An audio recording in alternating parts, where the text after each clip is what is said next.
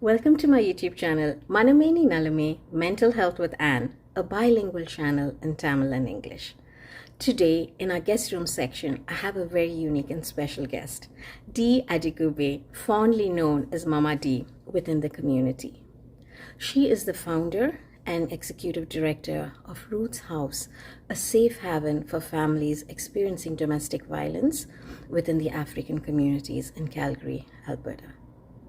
From a rough and tough background, born in Nigeria, raised in London, England, and currently lives in Canada, Calgary, Alberta.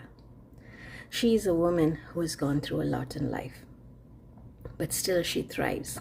Yes, shaken but not broken. With a vast experience in education, in running small businesses, church leadership, and community service, Dee uses her experience and knowledge to support families and individuals experiencing domestic violence, homelessness, suicidal ideation, sexism, racism, and so much more. She's an international speaker and author, an amazing wife and mom to 5 individuals. Come along and join me in conversation with Dee Adekugbe.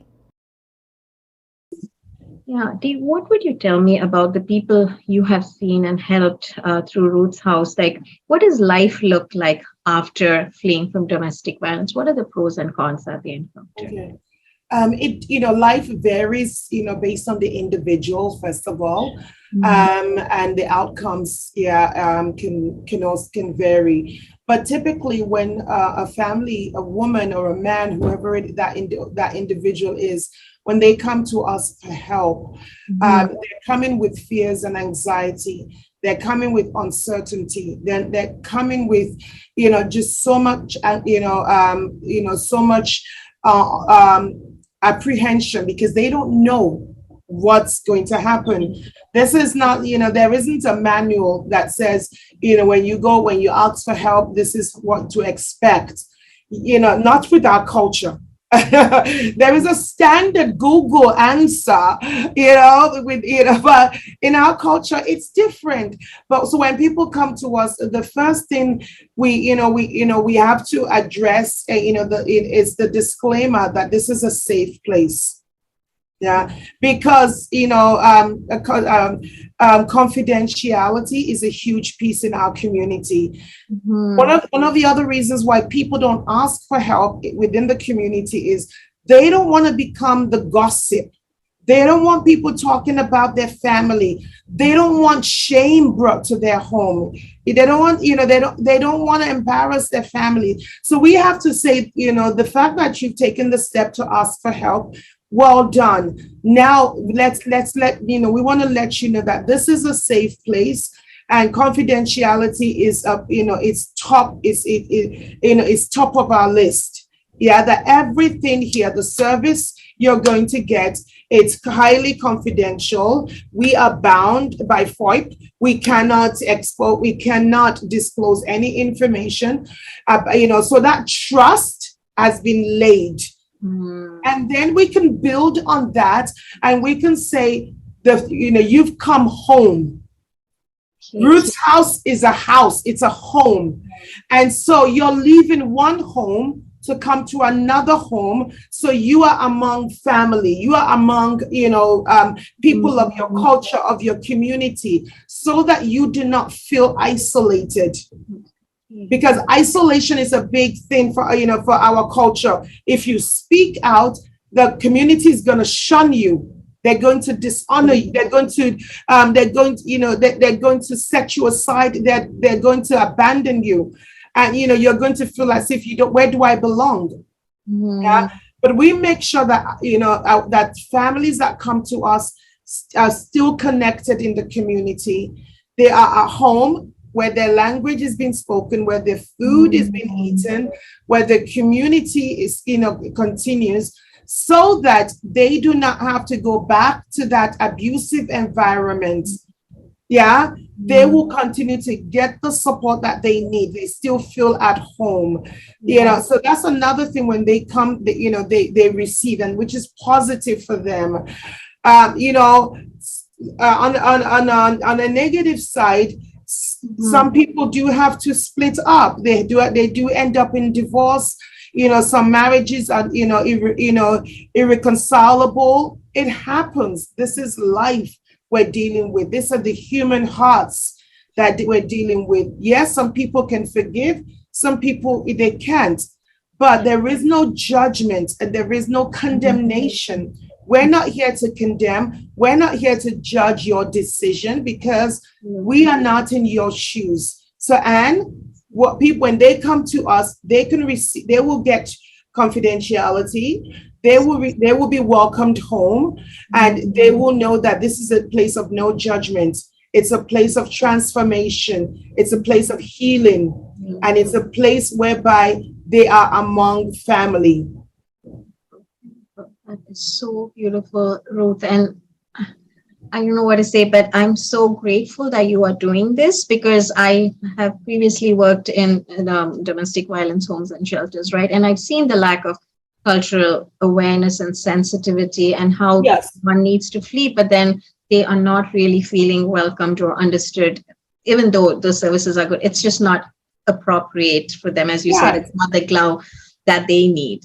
So what I'm hearing is you are creating that tailor-made gloves for these people, and with all these different pieces that you spoke about, you're creating that sense of home, which is so important for someone. Isn't that what our community needs? When an immigrant is facing crisis, they're looking for familiarity.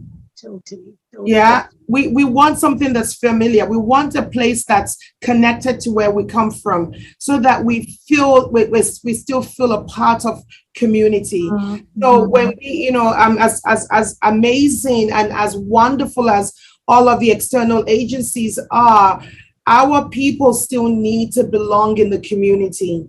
They need to be supported within the community, so that they can maintain themselves, and raise their children in the community. We do not want external factors, external mindsets, and dilute our rich culture, our traditions, our values. We want to be able to maintain those and pass those on to our children. But at the same time, we don't want to have to do that by being in a violent environment or an abusive environment. Absolutely. And you said that so beautifully, Ruth. Is you're saying that we need to retain our own identities, because knowing who you are is very important, right? At the same time, break those generational cycles of violence and abuse. Yes. Yes, 100%. Yeah. Dee, what would you tell me about the mental health challenges that you have seen amongst people fleeing domestic violence within and abusive relationships within the African community?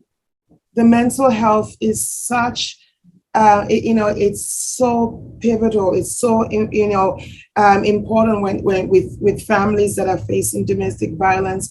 Self-esteem, self-confidence, anxiety, fears, there's so many challenges that they face, that it's not much the physical, it's more the emotional, the mental side of things.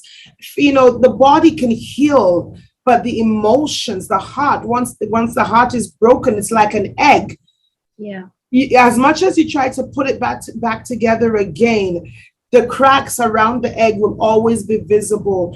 And so the mental health challenges that many victims face is, number one, fear and anxiety. They're constantly anxious, constantly fearful, and then just the loss, the loss of pride, and having to regain that, and having to really break down some mindsets and rebuild new ones.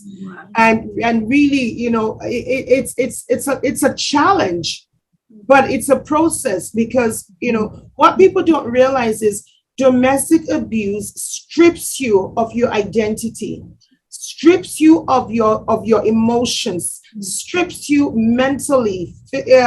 Really, it's like death. And so what we're trying to do is to raise that person back to life again. And, and if we can, you can raise somebody physically, but until you work on their mindset, their emotions, their mental health, they're like a dead corpse. Absolutely. So a lot of the work is based on the mental health, the mindset of the individual. How do we strengthen them emotionally, psychologically, mentally, spiritually, to rebuild them, to make them whole again? Mm-hmm. Okay. Thank you, Dee. That is amazing work for sure. And you are so true in saying how domestic violence and abuse strips a person of who they are and really confuses them. And once they do choose to leave, right, it is so much of it's a process of grief. Mm-hmm. It is. Finding yourself again. Yes. Dee, do you see men fleeing domestic violence or reaching out to you? We do, and we have a men's program that just focuses on the men. It's called the Brotherhood. And, a lot of emphasis is placed on women as victims, which is rightly, because majority of, family violence is the men, on the women. It's on the women. But there are also men who are being abused by their wives, their girlfriends, their sisters. And those, unfortunately, do not get the same attention as the men on the women. But we've created, because Ruth's House is all about the family. We are, our community is based on family. Every immigrant is, like I said at the beginning, we are all about, we are family oriented. Everything is done in families. Grandma lives at home with us, great grandma. It's a huge family. You can be in a 2-bedroom apartment and 20 members of the family is living there. That's our culture. That's who we are. We're not from a culture whereby our elders live in seniors' homes, residential homes. They all live at home with us. Mm-hmm. And so one of the things that we find is that, the men don't get as much attention as the women when it comes to domestic violence. So Ruth's House has developed a program to allow the men who have been abused to get help. And the Brotherhood is a platform where men can come and voice out to each other. Okay. Yeah, to each other and receive the help that they need. And they do. We get like an average of 20 men that attend our Brotherhood program. Okay. Yeah, just so that they can share their experiences and they can support each other. Yeah, that is so amazing, Ruth, that you are taking care of the whole family, right? And not allowing gender to get in the way, because no, we can't. Yes, right, does affect everyone. Dee, what would you say to people in community? Because I think each one of us, I know you have dedicated your life and your career to helping people fleeing domestic violence, right?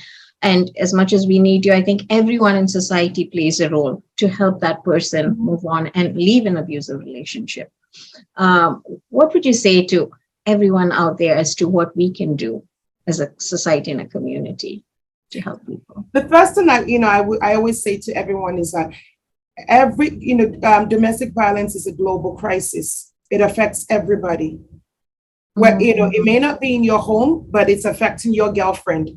It's affecting your best friend, your neighbors. So it affects us all. So we cannot say, "Oh, that's not my business. It doesn't happen in my home. I don't have to do anything."